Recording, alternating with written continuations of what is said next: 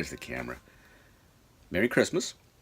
Today I thought I would take a quick moment to maybe do a little reading from my newest project, which is Jake Bible's. Love Jake Bible. His book is called Roke. It's the Galactic Bounty Hunter Roke. And I've just started that. I'm enjoying the Christmas break, but I can only do so much in a day. I just finished a book, and I'm working on this book now. But I thought I'd show you the studio. I redid it a bit, and now I think for me it's perfect. It's where the magic happens. So why don't we go take a look at that and see the fun. So now, firstly, here's where I do my stuff. This is my beautiful iMac that I've had for several years now. This desk is a flipping mess, but it's where I get my stuff done. There's a big part of the setup. Now let's go to the closet. Yeah, it doesn't look super duper. It ain't high quality, but it's not low quality either. Here's my setup. I've rejiggered my monitor so that it's higher now. Before I was kind of looking down because I made it in too low. I put it in too low, but now it's higher. So the mic is there. And I sit here on this thing. This is just for padding, but I found this at World Market or Home Goods or somewhere. This damn thing is perfect. It doesn't make a sound. It's just one solid piece with wood, and I put this on because after a while it hurts me arse. But then everything goes here. I got a trackpad. Got my iPad Pro, which is nice and big for reading. My headphones go there. The beautiful mic is there. And then there's the monitor. And then this light is an old-fashioned light built in because this is a closet. But that's my setup. And with this setup, that's what it is. I've done well over 60 books. I'll probably hit 70 in the next couple months. And that's doing it part-time. So you don't always have to do it full-time. Sometimes you start part-time. In fact, that's probably the smart way to do it because I can never make a living doing this. And I make a pretty good living at my regular job. This is more of a hobby, as my wife tells me, but I do think of it as a little business, so I call it a hobness. And maybe someday, in about 10 years when I retire, this will be a full-time business. But as we were joking last night, it's not full-time or part-time, it'll be what time? Because it'll be the time I decide to put into it. And I'm very fortunate that way. But that doesn't mean I couldn't make it full-time if I wanted to try, really, make it a real business someday. But here's what it is. And now let's do a little reading from Roke. Okay, here we go.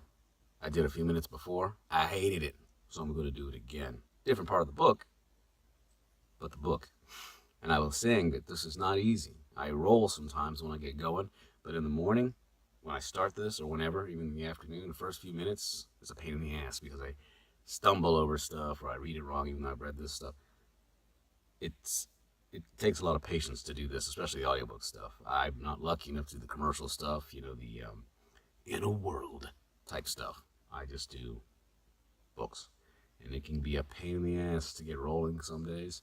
Don't think it's easy because it ain't. It takes a lot of patience and a lot of endurance. And it takes a lot of patience. That's the big thing. So here we go.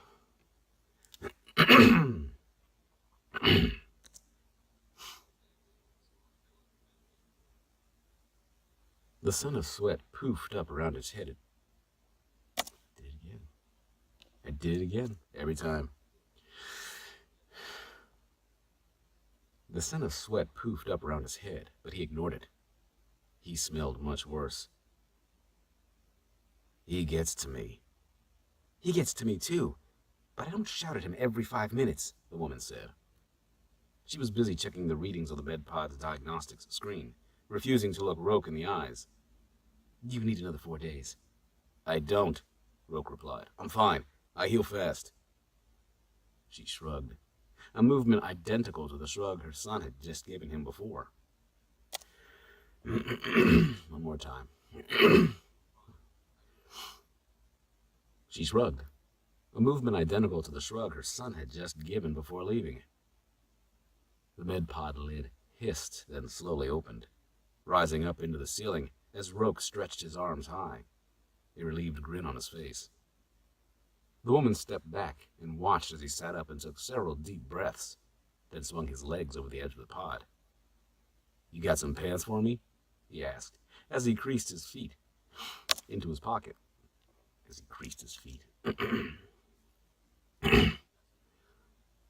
He asked, as he eased his feet onto the ice-cold floor. "Shirt and socks would be good, too." He locked eyes with the woman and waited. She broke the gaze and looked him up and down. He was completely naked. Roke didn't care. But I do, because it didn't sound like the bee was there.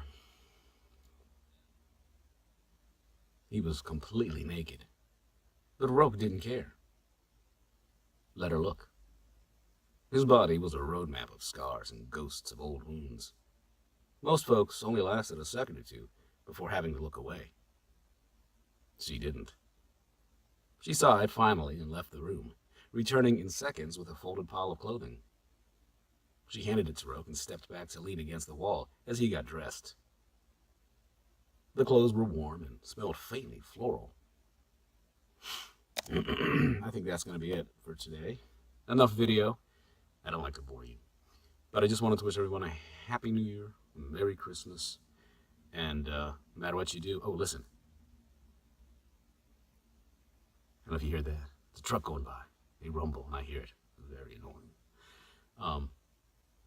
But a Happy New Year, Merry Christmas, and happy recording. If you're just starting in this business, keep plugging along. Don't give up. If you're well established, then don't laugh too hard as you make fun of me. But I thank all the well-established ones out there for helping me get better, technically and artistically, as you read and through everything. So it's a pretty good community to be in when you're trying to learn how to do something different and have fun and be creative. So enjoy this, make fun of it, I don't care. But have a good holiday. Be happy, be safe, be healthy. And quit worrying about who's president. They come and they go. Take care.